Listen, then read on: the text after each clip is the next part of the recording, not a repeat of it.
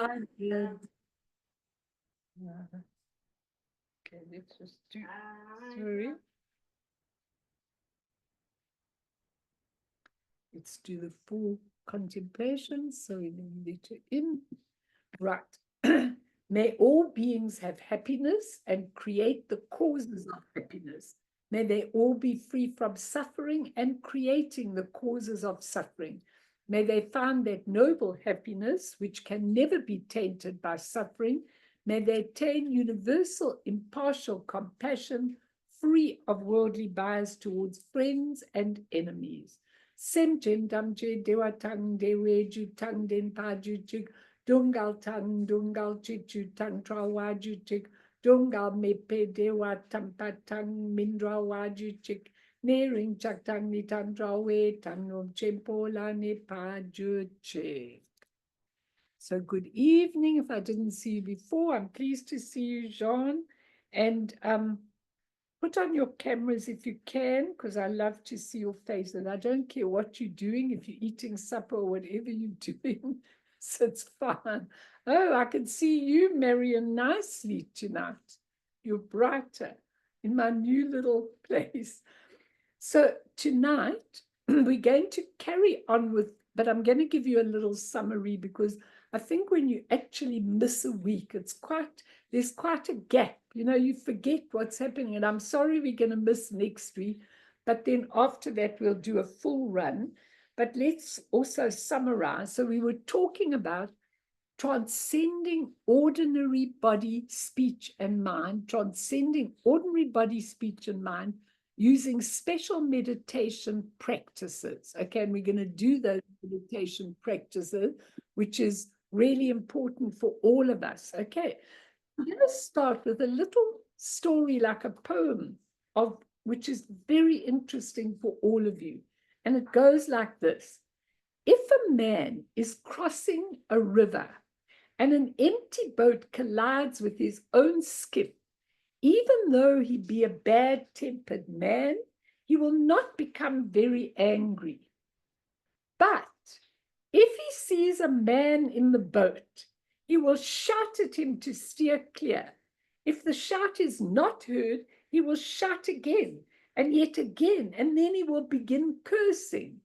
And all because there is somebody in the boat. Yet, if the boat were empty, he would not be shouting and he would not be angry. So, says Chang Tzu, the Chinese philosopher, if you can empty your own boat, crossing the river of the world, no one will oppose you and no one will seek to harm you. Now, that's a very, very interesting expression because everything is emptiness, but there are things, okay? And what we're going to learn about with the body, speech, and mind is that with all our biases, with all our prejudices, with everything that we do, it's so important to understand that there's nothing tangible. So our reactions have to change. Our body, speech, and mind has to coordinate with each other. And the other story that I want to tell you is Hogan, a Chinese Zen teacher, lived alone in a small temple in the country. One day, 4 traveling monks appeared and asked if they might make a fire in his yard to warm themselves. While they were building the fire, Hogan heard them arguing about subjectivity and objectivity. He joined them and said, "There is a big stone. Do you consider it to be inside or outside your mind?" One of the monks replied, "From the Buddhist viewpoint, everything is an objectification of mind. So I would say that the stone is actually inside my mind." "Your head must feel very heavy," observed Hogan, "if you're carrying around a stone like that in your mind." Okay, now that is also a very, very interesting thing, because if we can look inwards at the body, speech, and mind and see that everything that you have inside you is what is expressed outside you. So you have to, for sure, change what is inside you if you want a different life all around you. It's really, really important that you do that. And so when he says you must be carrying a heavy stone, I think that if you clear your mind, that everything really starts to change. So on those two stories, we were discussing our ordinary body, speech, and mind, as opposed to transcendent Vajra body, Vajra speech, and Vajra mind, and how in these, what we have is our essence, the ground, the primordial purity, the emptiness, the Dharmakaya, whatever name you give it, doesn't really matter, okay? That is our true Vajra mind. And then we have its nature. It's the nature of that emptiness is luminous. It's clarity. It's called the Sambhokakaya. It's called the spontaneous presence.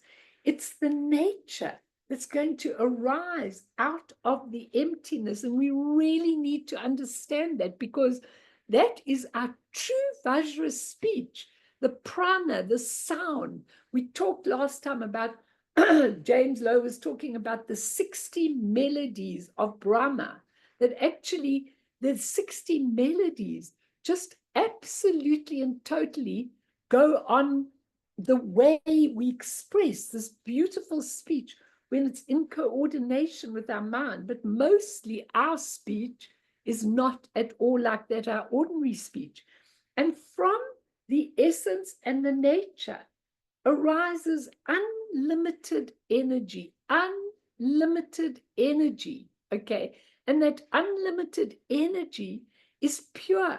It's called the Nirmanakaya. It's called the true Vajra body.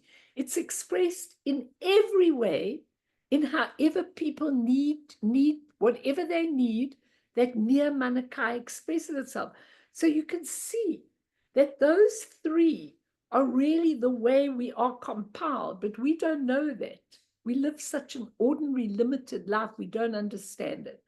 Now, I picked up Tenzin Wangyal Rinpoche's book called The Tibetan Yogas of Body, Speech, and Mind. Okay, so I started on this book when I was moving, and I thought, oh my God, there's so much stuff here.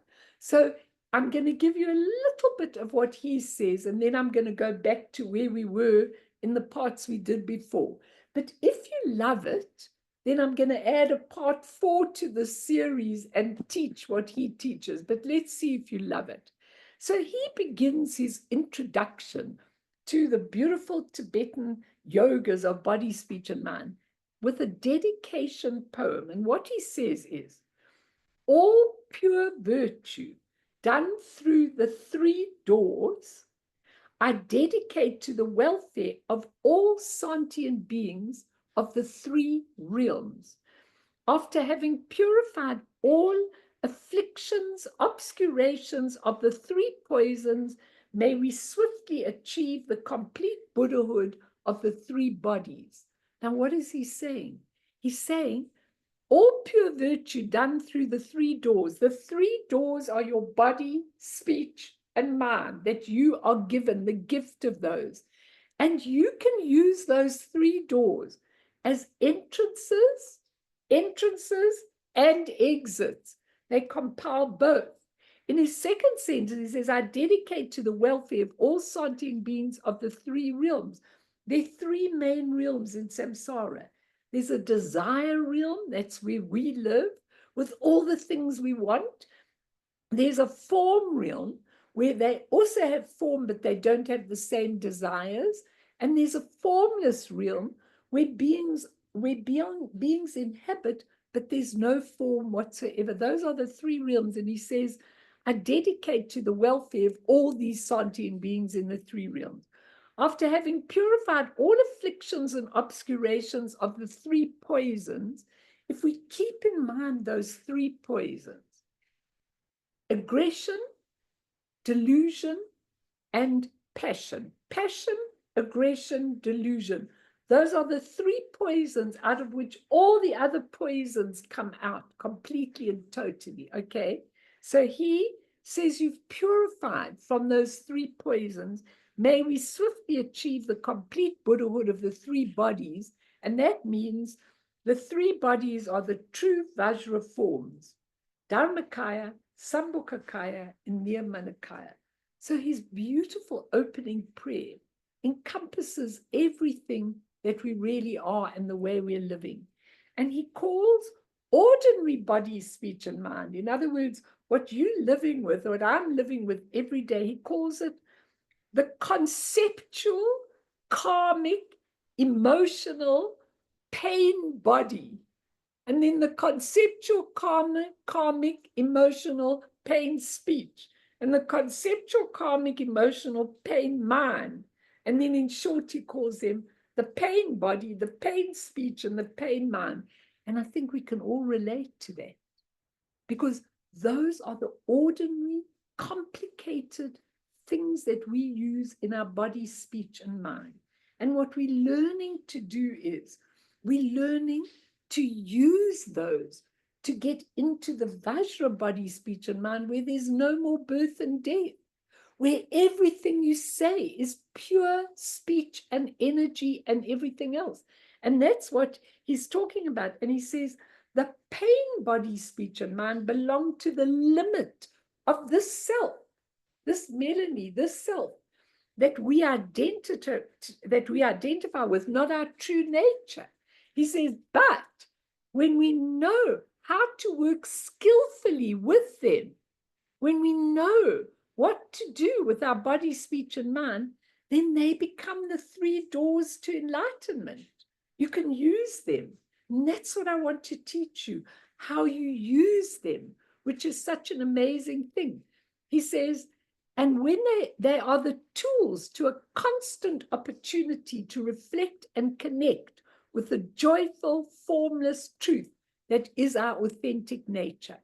The physical, which is our body, energetic, which is our speech, and mental realms of our experience are always with us.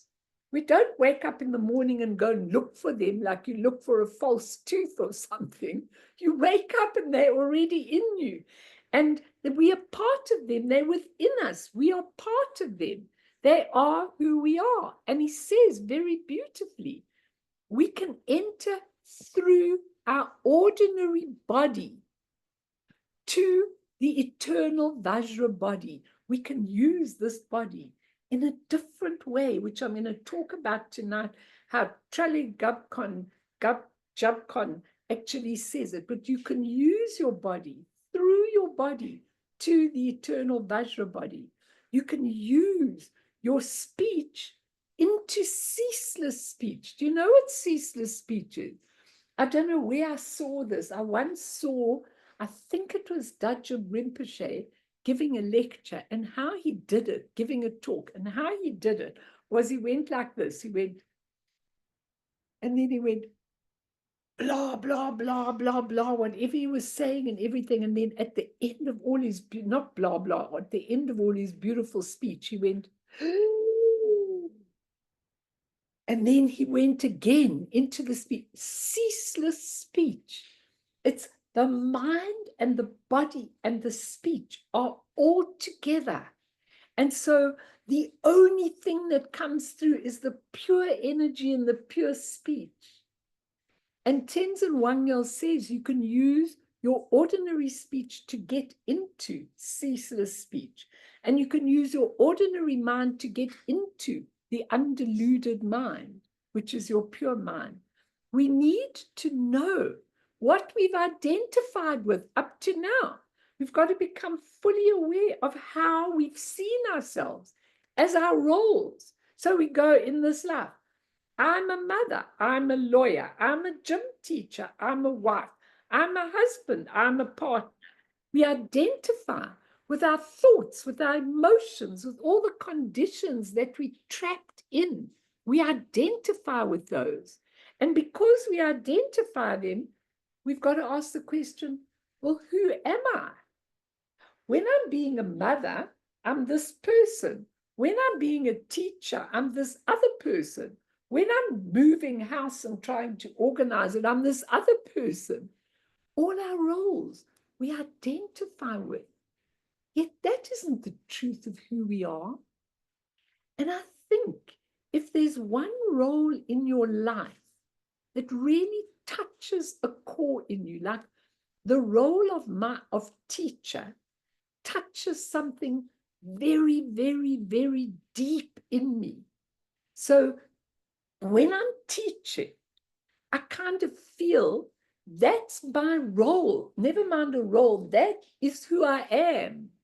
That's what I feel when I'm teaching, not when I'm doing anything else. When you're enlightened, you feel that with everything you're doing.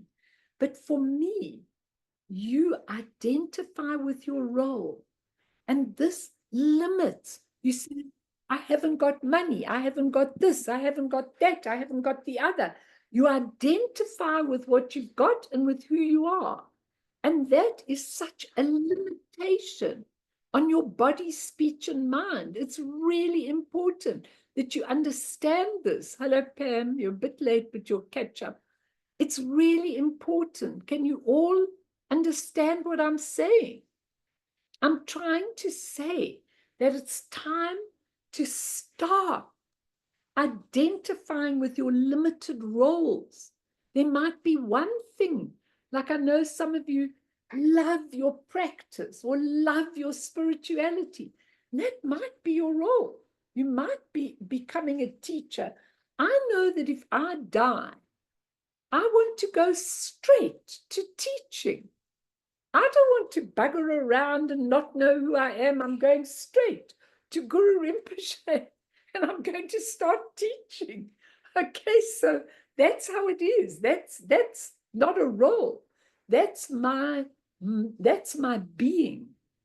And I want you all to find what your being is. It might be helping people.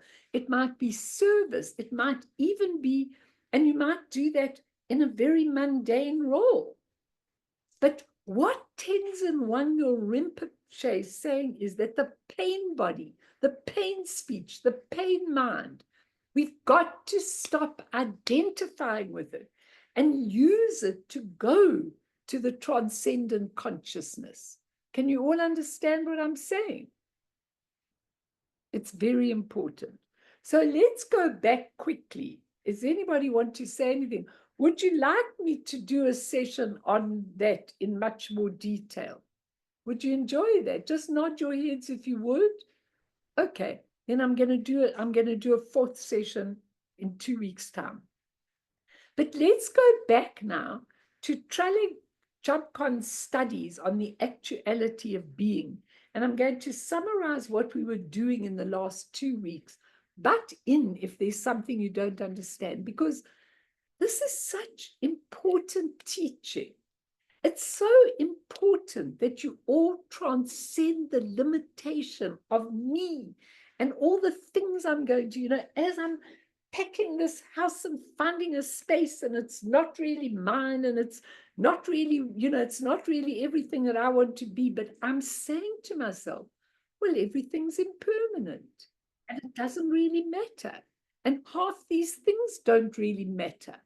What matters is that you within yourself are coordinated in your body, speech, and mind, which we're going to talk about, so that you can offer something to this life, and so that you can purify yourselves, and so that you can be free the minute you die. It's so important.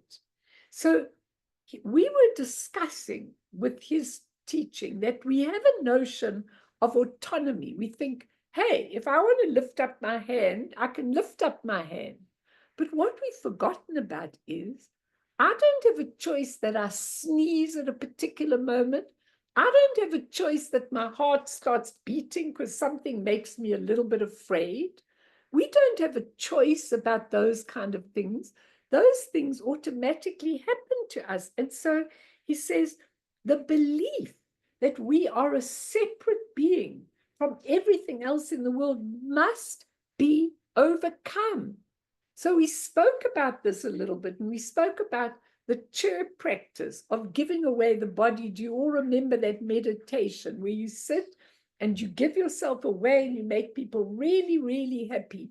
And it's like an amazing feeling because you are able to do that. And we spoke about that and we did the little meditation. And I was always reminded of the Buddha. When the Buddha was on his journey, it was so interesting because at one time in one of his lifetimes, he saw this starving tiger trying to feed her babies. And he came across her in a cave.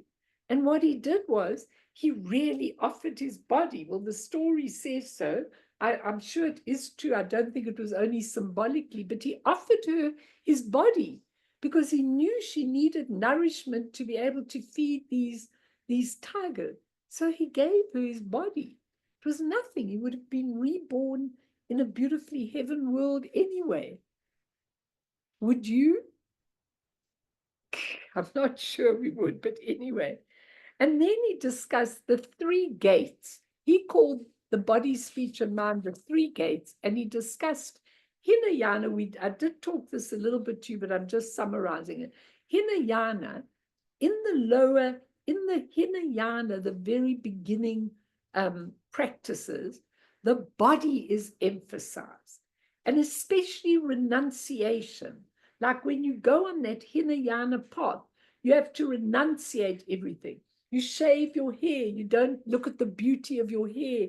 You don't worry about clothes. You go away from cities and emotions and everything. It's all to do with the body.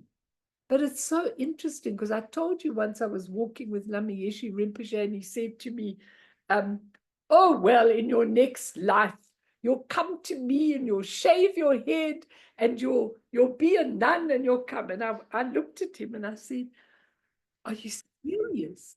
I said, I'm not serious at all about that. I said, I'd much rather be a yogini on a tiger, okay, than a nun following. I said, Lama Rinpoche, don't you understand that I've never been one who followed rules? Okay, so if I came to be a nun, I'd corrupt all your nuns. It would be a disaster. I said, much better to put me in a cave on a tiger as a wild thing than to put me as a nun.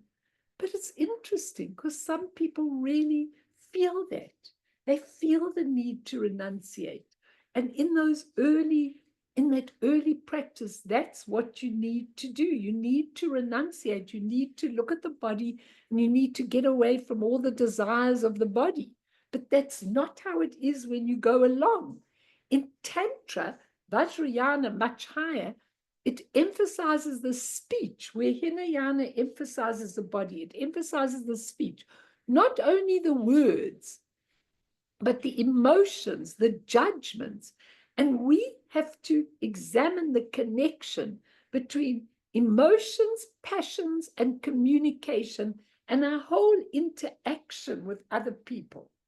Do you realize that all your interaction with other people is based on passions and emotions? Such an interesting thing because, when you are with somebody, some people make you feel so enthusiastic.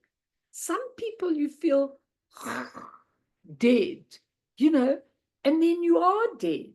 It's all reflected through your body, how you speak and and he says mantra recitation is emphasized to authenticate our speech. Now, some of you go, why should I say Om Mani Padme Hum, Om Mani Padme Hum? But actually, the mantras are based on sound syllables. And when you do them, you authenticate the prana, the energy, through your speech. It's a very, very interesting idea because that's why we use the mantras. And passions would be negative for our communication. So instead of that, we visualize ourselves as a deity.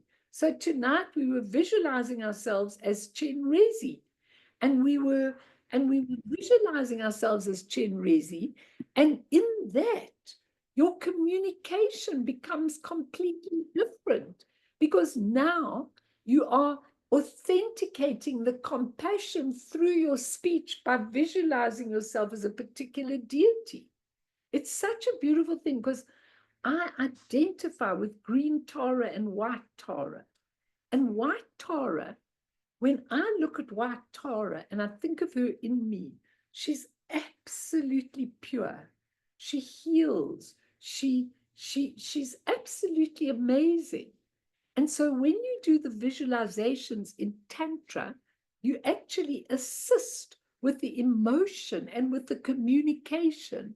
So you're trying to take the whole speech element, which is energy, prana, communication, emotional. You try and take that whole energy, you try and put it into a beautiful deity. And then you try and act according to that deity within you. So it's a beautiful way. Now, when it comes to Dzogchen, which is right at the top of the ladder, and some of you may never want to do that. I love it. I really am very passionate about it. But when it comes to Dzogchen, now we've got a completely different view, because now we are more interested in self-knowledge. What does self-knowledge mean? It doesn't mean knowledge about Melanie, about myself. It means gaining understanding of our own true condition, okay? How things are in reality. So when you come to Dzogchen, there's no more, I've got to shave my head, I've got to get out of the city, I've got to get away from the passions, I've got to stop having sexual relationships, I've got to do all of these kind of things. When you get to Tantra, you also don't have that, but you're trying to transform something. But when you get to Dzogchen, you are already all those things. So you are beginning to understand your self condition, your real, true reality. And how we do that is we let things be without interference, rather than trying to improve ourselves or transform ourselves. We stop judging ourselves altogether like that. We are not preoccupied with trying to perfect ourselves. Can you all understand that? We just can see the truth of everything. We can see the truth of the wisdoms. We know that that anger that we are liberating becomes absolutely mirror-like wisdom. We know that that desire and that passion becomes discerning wisdom. We see the truth. It becomes discerning wisdom. It's teaching us something, how to discern between the relative and the ultimate. When we have pride, I won't do this. This is beneath me. We know that it's really the wisdom of equality. When we have jealousy and envy, it's really the wisdom of perfected action, because all the things we are jealous of, all the people we are jealous of, are in their position because they've earned the right to, and you haven't. So suddenly your jealousy becomes the wisdom of perfected action. And your ignorance, your delusion, your stories that you tell yourself, that you tell your children, become all-accomplishing wisdom. So we're trying in Dzogchen to see our true expression. And there's a Tibetan expression in Dzogchen, I'll stop and then you can ask me, which says, which he gives the Tibetan, and the interpretation of it is, simply let everything rest in their true unconditioned state. Can I read that again? Simply let everything rest in their true unconditioned state. Now, we can't do that. And certainly, if your speech is saying something different to what your mind feels, if your body, like when I am teaching, people say, oh, you use your hands. I've got one person who comes, whose little boy says, why does Melanie use her hands so much? So I become very self-conscious of using my hand. But when I'm using my hands, I'm using the body to express the passion that I feel about the subject I'm teaching.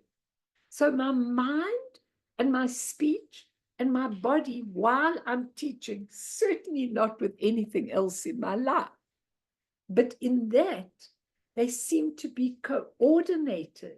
Then you can be something else. You can get to understand your true condition. But if you have got all these rules and regulations from your parents, or my mother said I must never do this, and I must always do that, and I mustn't do this, and I must be this way, and I must be that way, and you're busy perfecting, your body, speech, and mind are all going in opposite directions because you're behaving with your body, not how your mind feels, and you're speaking with your speech, not how your mind feels. There's no coordination between them. And a million times people do that. Or when you're trying to tell somebody something, and you can see their mind isn't there. It's the most terrible thing. How can you get Vajra's body, speech, and mind if your mind and your speech are in two different places? Have you ever thought about all of this?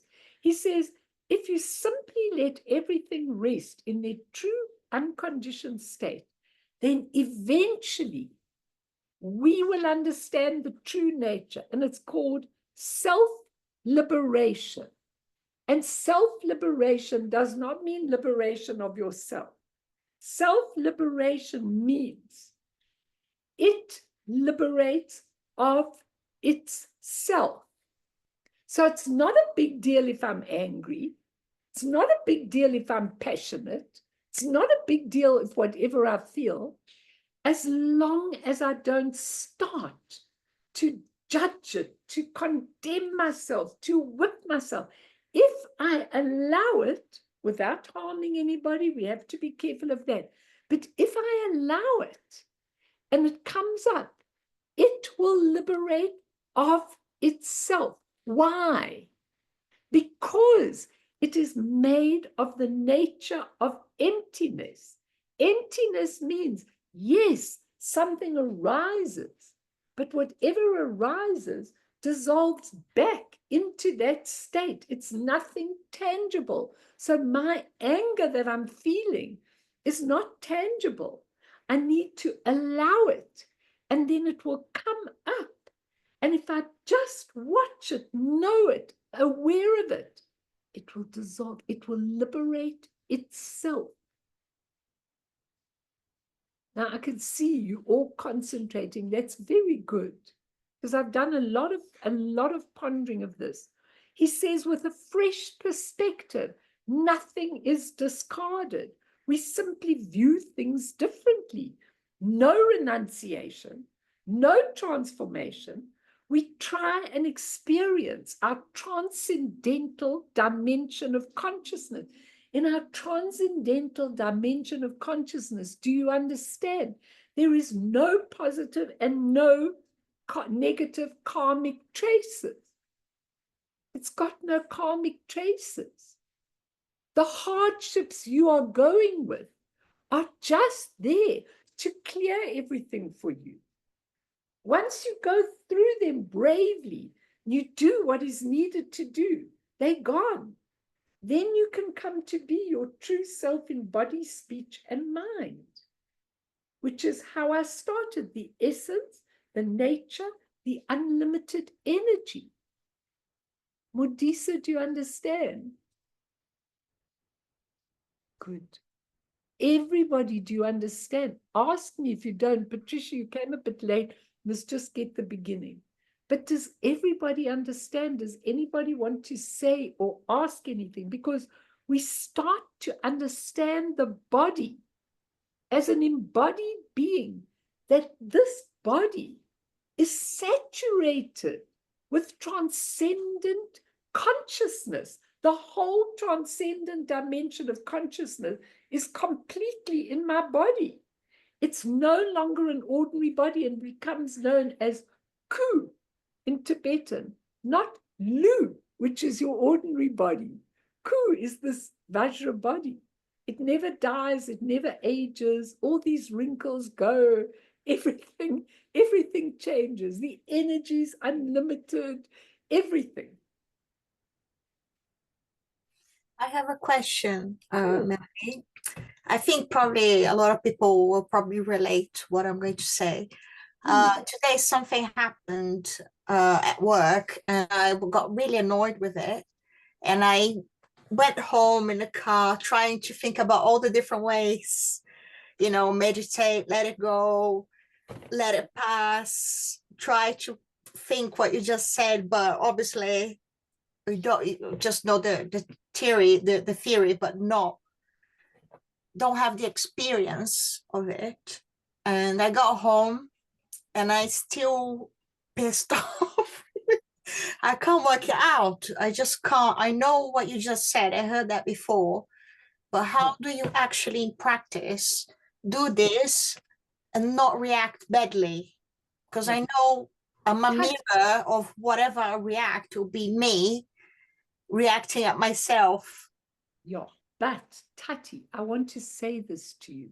You see, it takes a lot of practice and maybe a lot of lifetimes and maybe a lot of spiritual practice, okay, as well, of the practice we do, which is really helpful. But what you are asking is vital, because what happens if you're pissed off about life? I mean, what happens if you feel life isn't worth it? I don't like it. I'm not happy in doing what I'm doing. I don't know why this is happening to me. It's just too awful for words, and I can't get rid of this feeling.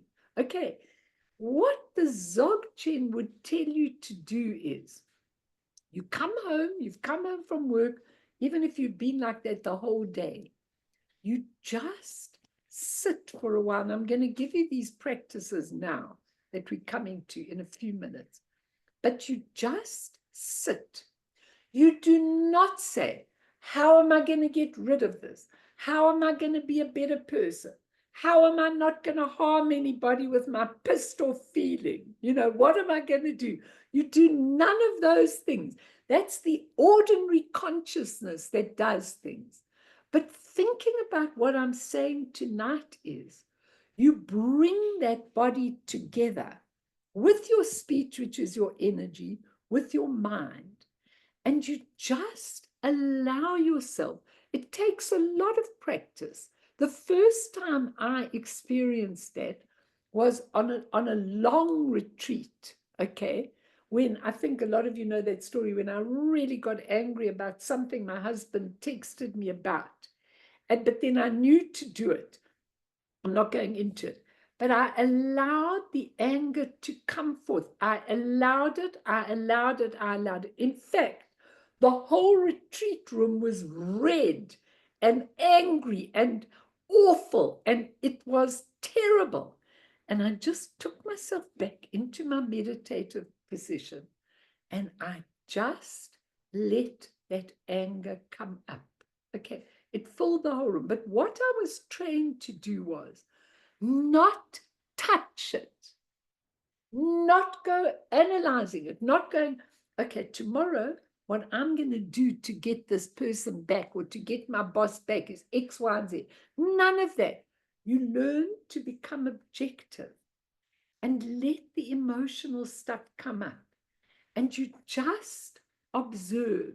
You're like an old man at a bus stop where children are playing, someone that can hardly walk, and children are playing, and you just watching it. And what happens is it starts dissolving. It might take a long time if it's a really big pissed off thing, but it really, really happens. There is one tool. Let me lift this gong up. The tool is called awareness. And he says, we don't only use ordinary awareness, we use excruciating awareness. He calls it when you are really in a bad way, okay? And that awareness, like I said yesterday, that awareness he talks about, when you stub your toe and then you're going, ah, ah, ah, you're you're jumping around with your toe. It's so sore, you don't know what to do, and then it stops after a while. That awareness, that absolutely intense awareness, he says, a state of immediacy, like stubbing a toe, no judgments, no concepts, no conditioning, nothing to do with what we've accumulated as a human being over lifetime, no learning. Normally our actions are conditioned. We are propelled by that. When we begin to see that all the karma, the conditioning, are not part of this transcendent consciousness, then he says we have so much more freedom. We have the self-liberation of everything. It's amazing. But it does take a lot of practice, and it does take time, Tati. So don't give up because you have a bad day and because you're having a lousy time. Just keep giving birth to it. But every time your consciousness, your ordinary consciousness, wants to go in and do something about it, you stop and you let it be. It's such an exercise of opening it out into the spaciousness of your transcendent consciousness, which doesn't have those imprints. Can you understand? It's really important, this, everybody. Our normal consciousness tries to make things. Oh, let me see what you wanted to say, Mudisa. What did you want to? Let's see. Go for it. He's raised his hand, Mel, so he'd like to speak. Please, Mudisa. Where is he now? Yeah, Oh, you see me. Yeah, no, I think I'm really quite interested in the concept of Dzogchen. Partly is that I lived in like my lived reality, obviously, because our collective lived reality is based on the fact that it speaks about how the world is based on a projected and categorized conditions. So exactly. how we see it is that humans are basically, as you said, like we're a deluded species because we're divided across class, race, ethnicity, even gender. And really like we create the separation for ourselves. I think what's for my lived experience is that a lot of people find me to be like an anomaly because I'm basically I'm a young African male who practices Buddhism. You're So a real most freak times I of come into interactions with people and they really fail to understand. So yeah, it goes to show that like everything that we experience is really based on a material understanding of life. You fail to see what's inside of me. And why? Why?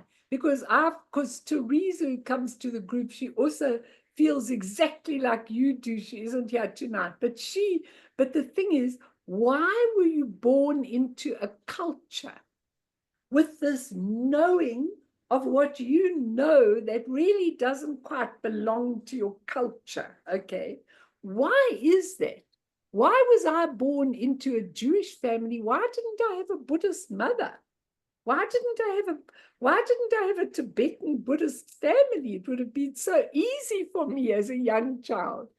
You know, it's so interesting because sometimes the culture and the way of life and everything that we are born into is perfect for only one thing: to actually clear those imprints, clear those karmic imprints, so that you are free to actually be whatever you need to be in the world. Okay, and that's what Gabkon is talking about. Gabkon is talking about all the time. He says the freedom to be who you want to be. It's such an amazing thing. You know, it really, really is.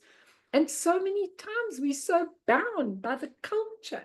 So interesting, you know, that we come into a body, into an embodiment that is just so foreign, you know, to our actual being.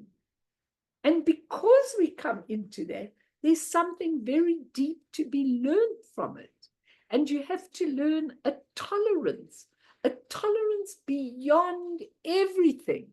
Okay, Because I know when you're born into a particular religion, you're born into whatever you're born into, you know, you have to learn when you've got a different consciousness to be able to interpret what you've got at a level they can relate to without being a sore thumb in the community. Do you know what I mean? Without being, you know, this is my weird child. He doesn't believe in ancestors. He doesn't believe in this. He doesn't believe in that. He goes off. He does these strange things. Where did he come from? You know, where did you come from? You probably came from the copper-colored mountain and you came to teach something to your people. So teach it. Never mind about you, how hard it is. Just do it, because that's what you're here for. And it's so funny because I have a lot of Black people that come to the groups periodically. And they never stay. And I never understand. Is it too hard? Is it too difficult? Are the circumstances too hard? The harder the circumstances, the more perfect you can be in body, speech, and mind. It's amazing. Mel, I also think that because coming from this like very Christian background, my dad was a lay minister and my Right. mother, you know, in the Anglican church, and I was brought up going to church, and they were really happy that I converted to Buddhism. So there was never ever a problem with it. You know, they said it made me a kinder person, but that upbringing, you know, that's what I want to share with you, Modisa, is that the upbringing that I had actually kind of showed me also who I am now. So I'm here to bring service. You know, I'm kind of, you know, the person that does the service really. So, and that upbringing with my parents, you know, middle class upbringing, these both of them were really accepting, you know, people in south of Johannesburg. So it was very much like my parents were down to earth people. You know, we were down to earth. But my parents, both of them, didn't have very high paying jobs. So and then my dad worked at the church on the weekend. You know, so it was very much about service, and that kind of upbringing pretty much fed into who I am, and it helped me become who I am. But then the Buddhism and breaking away and becoming this Buddhist, it just it was almost like a bit of a transformation or an awareness or growth as to who I'm here to also grow into. Fantastic. And I think it's so important. You know, Modisa, you would give such a laugh because my late grandfather was a rabbi. Okay. So my father was brought up in a very religious Jewish family. Okay. And he was and you know, it was so funny. The first time I actually understood that he had any spirituality was that I went to his office. He was an advocate. And I went into his office one day and he said to me, I was about 18 or something like that. I hadn't even come onto a spiritual path. And he actually said to me, what is God? And I remember this discussion so clearly. I was talking to him about what I thought God was and how I felt about it. And obviously it was coming through me, not from me, which is what we're talking about in Vajra speech. And later in his life, when he retired, he used to wait for me every Wednesday afternoon. And I used to go and teach him spiritually every Wednesday afternoon. And then the first time he ever came to a group of mine, I remember clearly, I used to give these big groups, and he came and sneaked in at the back, sat down, and as soon as the group was over, he left, you know, he went. By the time he was really old and ready, and he actually came in and said, hi, everybody, and came to learn in my groups. And then when he died, it was so beautiful because I took all the Buddhist teaching and I just applied it. I asked him to choose an angel. I explained the transference of the consciousness, and he had the most beautiful death. And after his death, he came and told me, And he also said to me, which was so interesting towards the end of his life, he said to me, you know, Melanie, I realize, he said, listening to all the teaching you've been given, he says, I realize that religion can be very, very limiting, but we can't help it because we brought up in that way. So we have to wait for another incarnation. So when he died, I said, go for it, Dad, go into this new, wild, open incarnation without the rules and regulation. And I'm sharing this with all of you because it was really a beautiful experience with him in the end. But you have to go step by step slowly. And that's where the coordination between the body, speech, and mind actually come together. So let me just say quickly, and then let's do the meditations. He says our normal consciousness tries to make things correct and safe, familiar to all of you, correct and safe. But nothing is certain, he says, in this relative world, which is full of contingencies. If we immerse ourselves into the unpredictability, we could see the possibility of so much freedom. Such an interesting, he says, there's so many choices, but to our ordinary consciousness, that creates great anxiety, not to our awakened nature. We just face up to the decision we made. We're in an unsafe situation. We decide, right, I'm choosing that. So we choose that, and maybe it landed up not such a great decision. Then the ordinary consciousness would go, oh, look at you. You made the mistake. You should have done. Look how this has turned out. Look how that has turned out.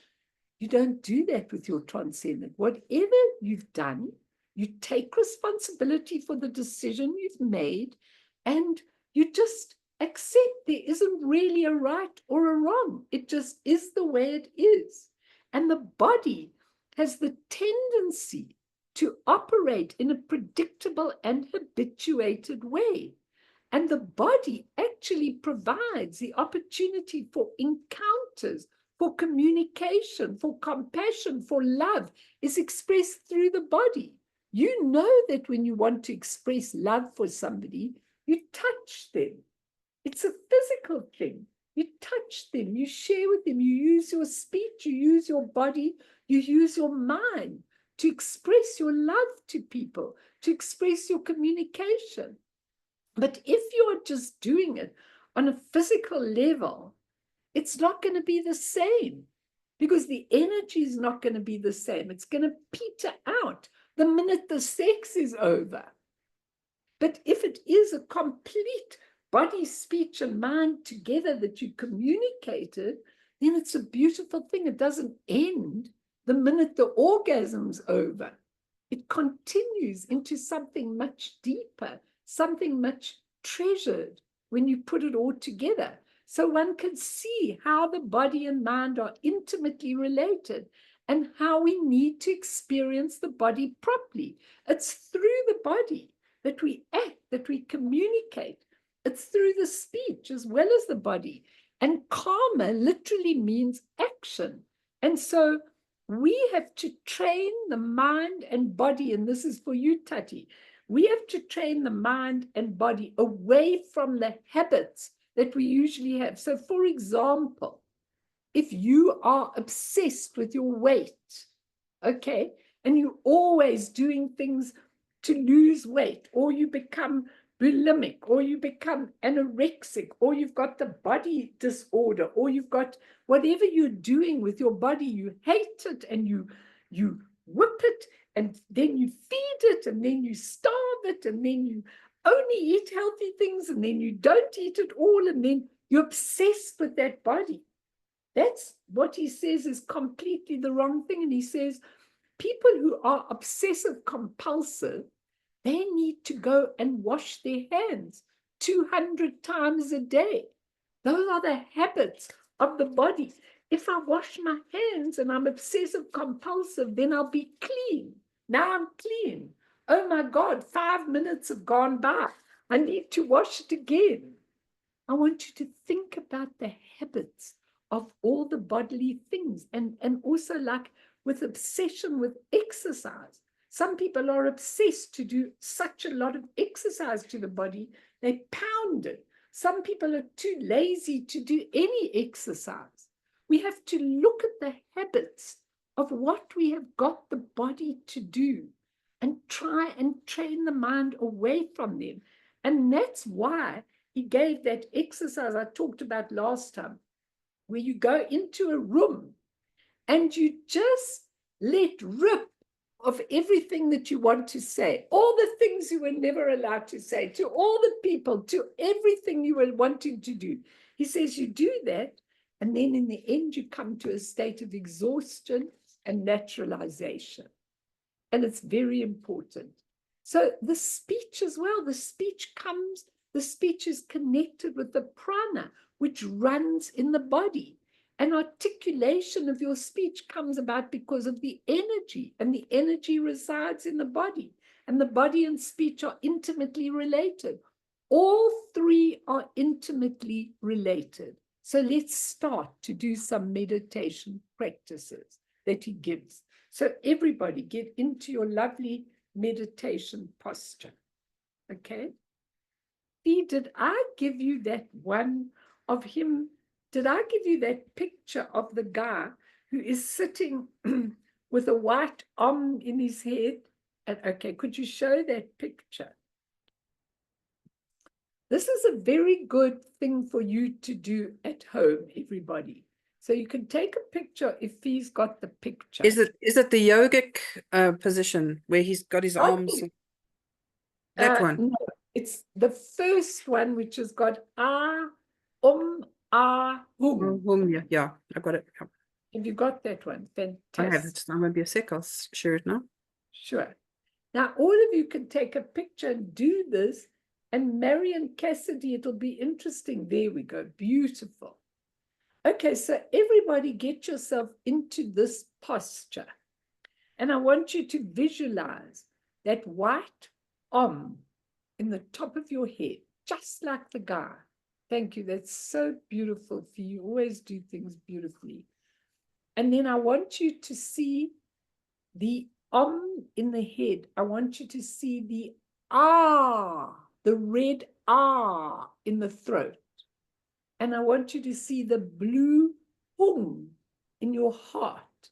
This is a very good exercise for you to do, because that represents the body, speech, and mind, okay? And when we look at that, okay, sitting in the meditation posture, first rest the mind for a time to settle it. So just do your breathing, whatever settles your mind in a beautiful way. Don't close your eyes. And just settle your body. Notice all the tensions in your body and allow them to absolutely evaporate. Go right through your body. Settle it. Come to a beautiful, peaceful state. And I want you to visualize that in your head center, radiating white light. And the white light pushes the neuroses of pride and jealousy downwards. So this particular meditation is to help you with your emotions. So at the is the neurosis of pride and jealousy, because they're right at the top of your head. And as you actually visualize the syllable, it actually pushes the pride and the jealousy downwards. So if any of you do have a lot of pride or a lot of envy and jealousy, just focus on the And then I want you to go to the throat. And the throat has got the And that you can even say it, we'll say it in a few moments, that actually pushes desire down. So the things you really want desperately and you desire and your passions and all of that, just imagine with that ah from the throat, it's actually taking the desire completely downwards towards the bottom of your body. And then the hum at the heart, the hum which is the mind, and it radiates the most beautiful blue light, and it pushes all your anger and greed downwards, and all of them are washed out of your body through your feet. So if you have any angers, like one of you had today, just let the anger get pushed down by that hum in your heart, a beautiful, strong force, and through your feet. And this process is repeated, the the ah, and the hum, with each of the feelings going down towards the feet. It's repeated. And he says you should spend more time as you approach the feet. And that is because the anger, greed, and ignorance need to be worked with more. So this is a lovely way of actually liberating all of that when you're really in a bad way. And it can be done repeatedly. The white light, pushing the neurosis of pride and jealousy, the red light, pushing your desire down, and the hum, pushing the anger and greed down. And you can do this as many times as you need. And once you're finished doing that for a time, then one should try to feel the body as it is, without any conception, without any judgment, and try to be in a pre-reflective state of mind, which is the transcendental consciousness. Just be resting in naturalness. That means to be in the natural state and not condition it. Avoid thinking about things, avoid judging any thoughts, and at the same time, feel the body completely. And feel the body is not something you own. That's the whole thing. You want to actually see that the body is not owned. We become the body. We don't own it. We become indistinguishable from the body, speech, and mind. We cease to own them and try and make them obey us. We just become them, allow them, give them space.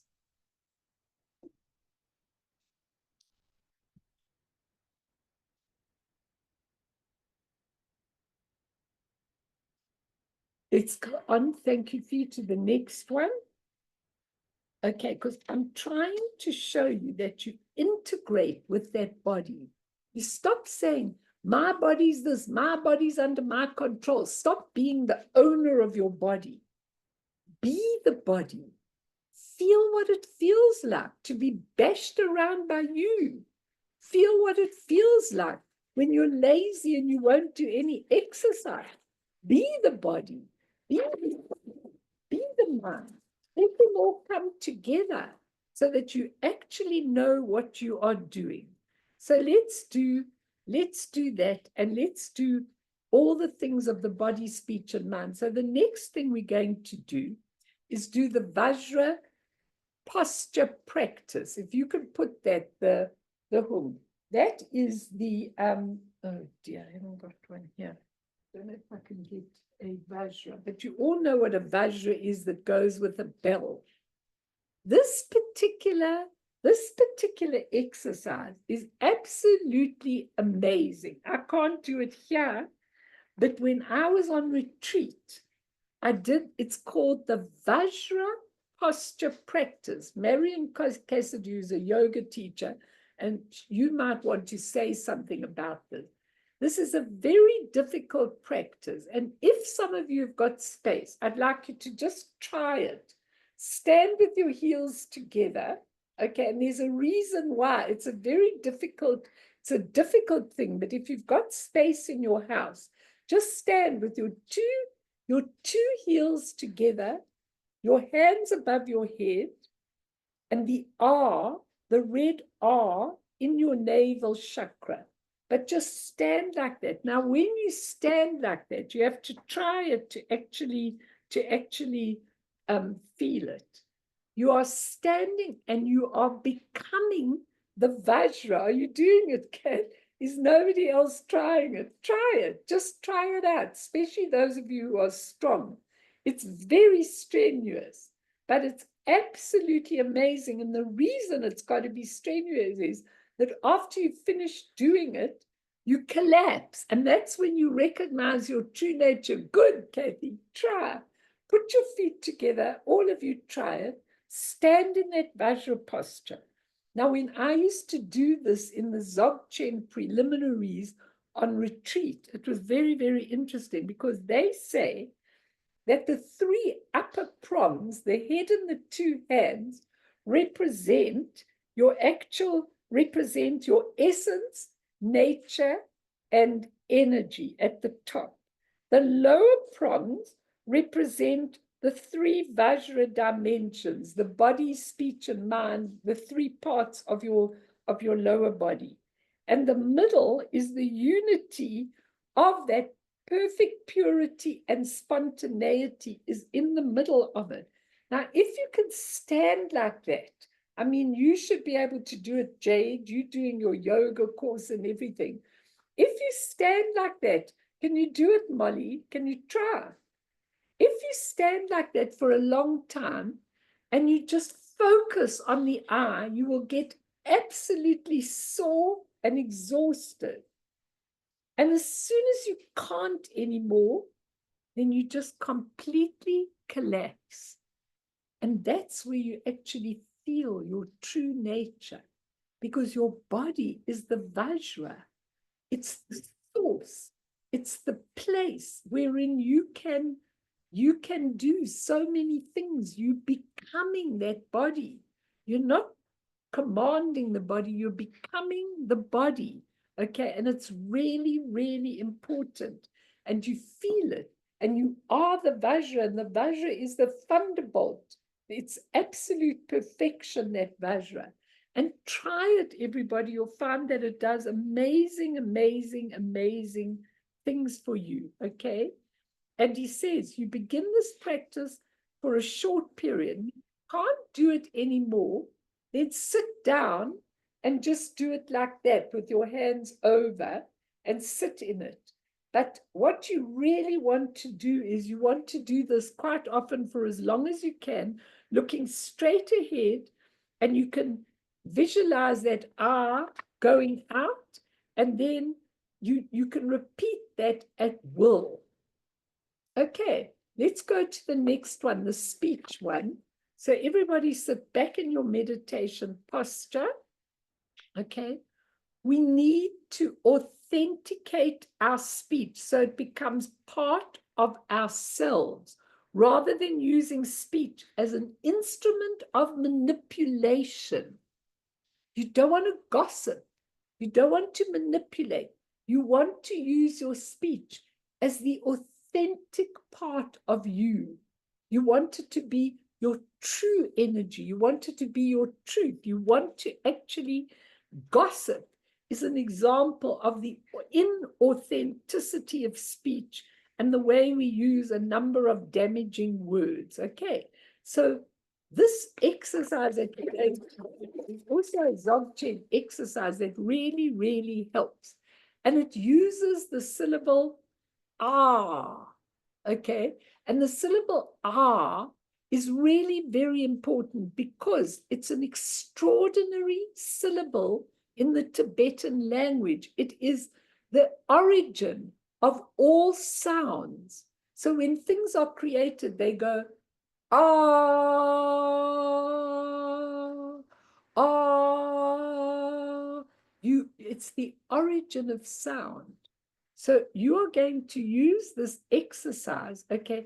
The reason the mantras are powerful is they are about primitive sound. So sit in your normal meditation posture, everybody. And then I want you to utter the R slowly and then continue to repeat it while remaining aware of the sound and the vibration in the throat. So I want all of you to go, ah.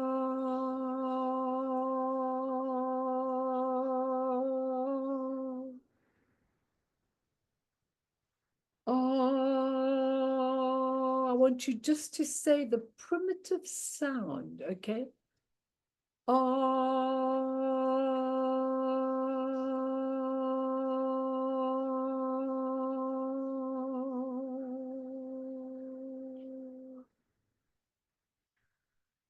Oh, you're getting to the authenticity of your speech. While repeating the R, we imagine that all our concepts, our ideas, our personal history, our educational background, our occupations, our family background, all kinds of ideas and concepts that we have about ourselves, who we are, what we are, simply dissolve. Oh,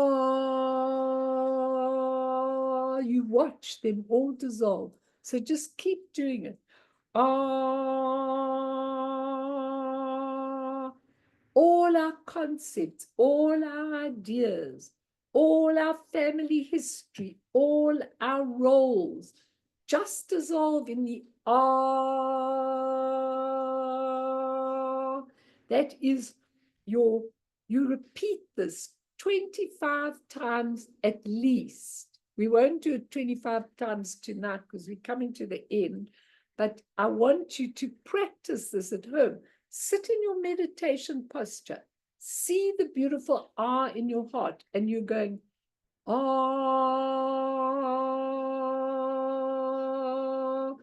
As you're doing that ah, everything is dissolving. Everything that you are is dissolving. And you do it 25 times. And when you return afterwards with a sense of spaciousness and non-duality, letting the mind be just as it is. If you're doing a longer meditation session, then you can repeat this another 20 times. It doesn't matter, but you'll find when you are finished this meditation, you feel totally released. You do the Vajra body with that. You do the Vajra speech with the R, and then let's do the last one. See if you can give me that picture with the way he's sitting with his shoulders up. Just show us, and then I'm going to give it to you.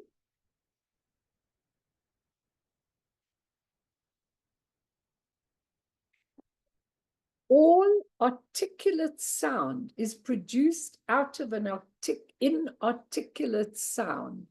All the speech, all the capacity to be able to structure sentences and so on is all a product of the original sound, which is totally inarticulate. When you say, Om, Om,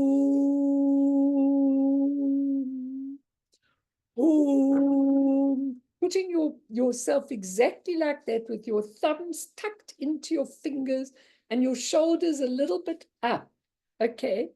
And when you do this practice, okay, you can't help but to notice your body and to dwell in your body. The sound is produced in such a way that it brings some kind of physical reaction so that the body responds when you utter that particular sound. It's not like our ordinary speech, okay? The mind is also brought back from its fantasies to the moment you are living in, back to the present. Therefore, there is the conjunction of the correlation of body, speech, and mind taking place all at once in the one moment. So sit in this particular meditation posture. Your fingers are rolled over the thumbs. They're not clenched, they're just rolled over. The back of the hands sit at the top of the thighs against the abdomen, and the arms are flexed, and push your shoulders a little bit upward. It's said that the shoulders should look like a lion about to pounce on its prey. The chest should be extended and protruding.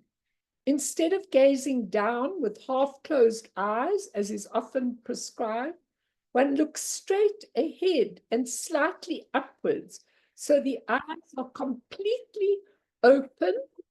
The eyes are completely open, okay, as though you are glaring at something.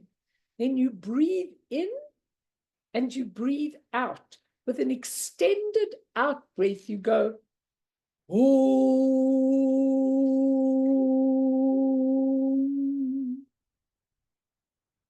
Om. Again, allowing all concepts and ideas to simply dissipate. The energy of the sound itself can dissipate our ordinary trivial thoughts.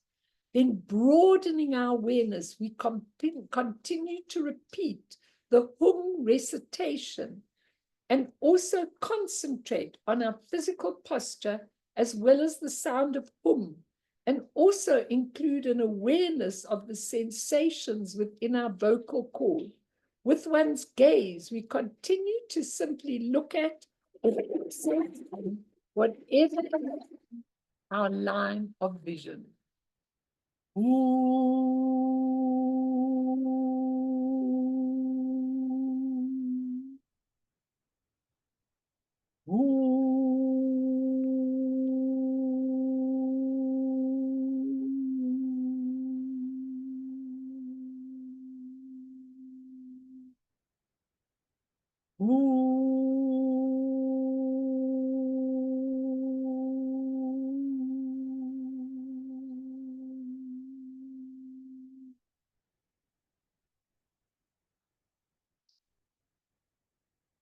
Thank you, Steve.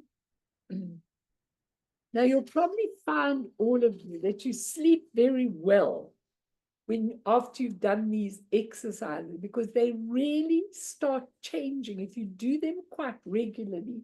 It's amazing how your body, speech, and mind start shifting and changing in many different ways. Now, when I was doing the hum, there are various practices in the Dzogchen, and you had to go hum, hum, hum, hum, hum, hum. You had to dissolve things. So you went hum, hum, hum, hum, hum, hum, hum, hum. Everything starts dissolving because your mind is absolutely free and everything starts dissolving around you. It's how you dissolve the attachment to a physical self and to a physical being. Mudisa, I'm no longer the guy struggling maybe in this particular community. I'm no longer the person in all the roles I have to play. I just am. I'm free. I'm spacious. My speech is authentic. My body is no longer owned by me. I am my body. I feel it in every limb. I feel it. I am my mind. My mind is together with what I'm speaking about. It's together with my body. It's together with my speech. It's all working together towards Vajra body, speech, and mind. And just to put the cherry on the top of the cake so we can finish tonight, it's very interesting because what Traleg Japkon actually says at the end, he says, the presence of new men, N-U-M-E-N. So I just want to tell you this very quickly. It'll only take me a minute. New men means sacred outlook, purity perception. It's when you're purifying what you are seeing in the world. Okay. And he uses Martin Buber, who was a Jewish philosopher Martin Buber when he was talking about relationships, he talked about the fact that people don't have proper relationships. Like I'm saying something to you, my mind's on something else. I don't really mean what I'm saying. My body's gesturing all over. We've got to become those. And he calls it two kinds of relationships. The I-it relationship. I-it relationship. What's the I-it relationship? It means you're just an object. You don't mean very much to me. I'm the main thing and you're it. I don't really see who you are. And then he goes on to the new men, which is the I-thou relationship. Now, the I-thou means, hello, I see you. You are exquisite. You are sad. I can see you today. It's not it, that you're an object of my ownership. I can see who you are. I can feel you. It's thou. You are a sacred being. I am not going to put my ideas into you. I am going to see you as a beautiful, sacred being with all your own ideas. And not an I-it, but an I-thou. You are sacred to me.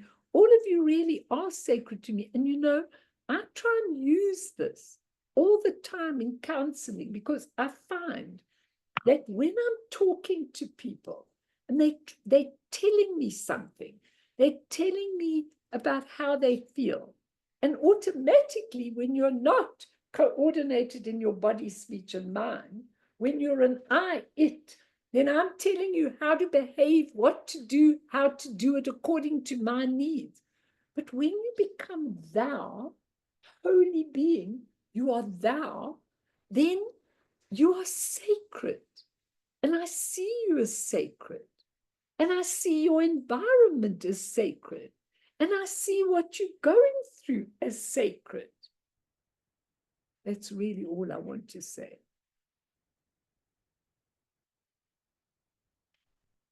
It's very beautiful because it's a whole change of putting it all together, you know.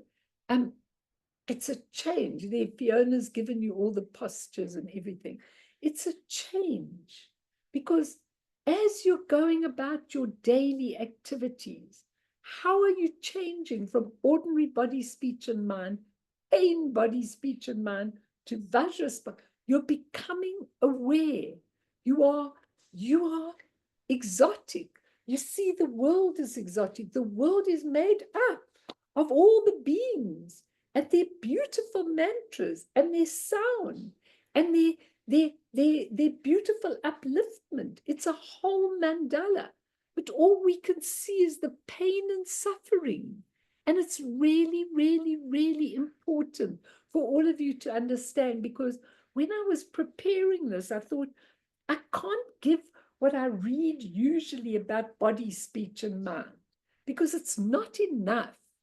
I want to give you how I see when you coordinate all of them together, how beautiful you become, and how people look at you when you walk into a room and they say, look at her light. They're not even aware of it, but they're aware of you and your light, because body, speech, and mind have now become coordinated, and your body is walking according to how your mind is seeing. I'm here, like Kathy said, I'm here to give service. Mudisa said, I'm here, I've got to help, I've got to serve. I can't get it all right the way I want to. That's how you walk in a room. You put it all together. Can you all understand? Then keep it. And then I won't see you all next week, but 2 weeks' time, I will give you Tenzin Wangyal Rinpoche's stuff on the Tibetan yogas of body, speech, and mind, because it's such a beautiful subject. You know, it really changes you tremendously when you start pondering it. Now, as you go about your business, going to bed, keep the keep the keep the hum, keep all of that you're doing, keep the sounds and everything, and see how it changes your whole vision and becomes sacred. So let's end and then I will stay if anybody wants to ask or comment or say anything. I'm very happy to hear you. But let's dedicate, may all beings in this whole world unite their body, speech, and mind, and really come to being absolutely exquisite. Let's live in the mandala of the enlightened beings rather than this sick world with all its wars and things like that. Through this merit, may all beings attain omniscience, may all obscurations fall away from the stormy waves of birth, old age, sickness, and death. From the ocean of samsara, may all beings be free. That's beautiful Fee's, her interpretation of this prayer. Sonam die tamche zipane topne nepe dranam pamshene jega nachi balak dopaye sipe sole doa do warsho. So let me end, and then if anybody wants to ask anything, please do.